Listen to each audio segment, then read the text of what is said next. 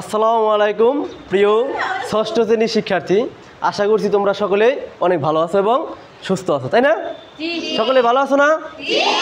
আজকে তোমাদের মনে প্রশ্ন থাকতে পারে, স্যারে ইট নিয়ে কী জন্য আসলো, তাই না? তুমি অবাক হয়েছো না যে স্যারে ইট নিয়ে আসলো কী জন্য? আমাদের কি মাথার মধ্যে বাড়ি দিব না কি করবো, তাই না? কিন্তু তা না, এই ইটের একটা কাজ আছে।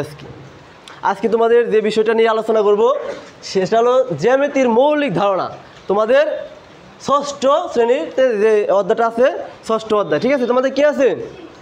জ্যামিতির মৌলিক ধারণা। এই মৌলিক ধারণার জন্য আমাদের ইট প্রয়োজন আছে। আমি ডাস্টার দিয়ে শিখাতে পারতাম, কিন্তু ডাস্টার দিয়ে শিখলে তোমরা মূল শিখবা না, ঠিক আছে? এই জন্য তোমাদের সামনে আমি ইট নিয়ে আসছি। তাহলে দেখো, প্রথম আমরা আলোচনা করব ঘনবস্তু নিয়ে, ঠিক আছে? ঘনবস্তু জিনিসটা কি? কারণ নাম শুনতে যে ঘনবস্তু, তাই না? আর আজকে ঘনবস্তু নিয়ে আমরা আলোচনা করব। এই দেখো, এই ইটের কয়টা তল আছে জানো? 6টা তল আছে, তাই না?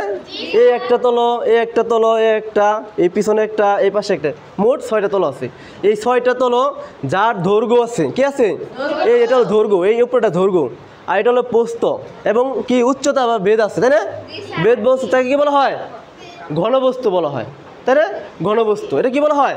যেন আমি লিখে দেখো, যে বস্তুর দৈর্ঘ্য, প্রস্থ এবং বেদ ও উচ্চতা আছে তাই কি বলা হয়? ঘনবস্তু বলা হয়। তাহলে তোমরা ঘনবস্তু পারবে না? তারপর দেখো, ঘনবস্তুর পরে আমরা আলোচনা করব স্থান। স্থান জিনিসটা কি? আমরা স্থান বলতে একটা জায়গা বোঝাই, তাই না? যেমন এই ঘনবস্তু আমি এই টেবিলের উপর রাখলাম, ঠিক আছে? এই যে যতটুকু জায়গা দখল করছে এইটাই কি? স্থান, তাই না? তারপরে আছে দেখো তল। দেখো এই যে আমরা তল দেখলাম, 6টা তল, একটা, এই 6টা তল মিলে তো একটা ঘনবস্তু, তাই না?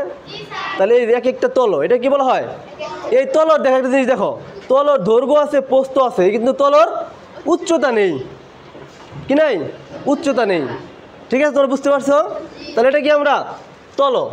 তারপরে বিন্দু কি? বিন্দু দেখো, বিন্দু নাম শোনো নাই? বিন্দু বলতে আমরা কি বোঝাই? হ্যাঁ, এটা ফুটা বোঝায়, তাই না? এই এক বিন্দু, তাই না? এটা কি বিন্দু, তাই না?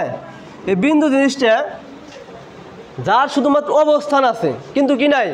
তার দৈর্ঘ্য নাই, কি নাই? উচ্চতাও নেই, তাকে কি বলা হয়? বিন্দু।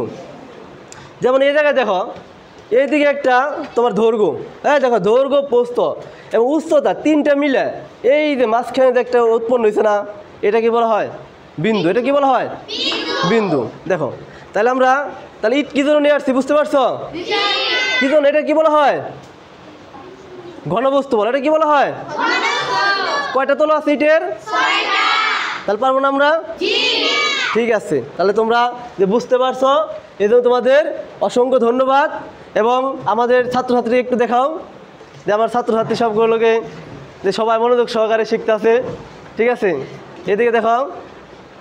সকলকে এই ক্লাস করার জন্য সকলকে অনেক ধন্যবাদ।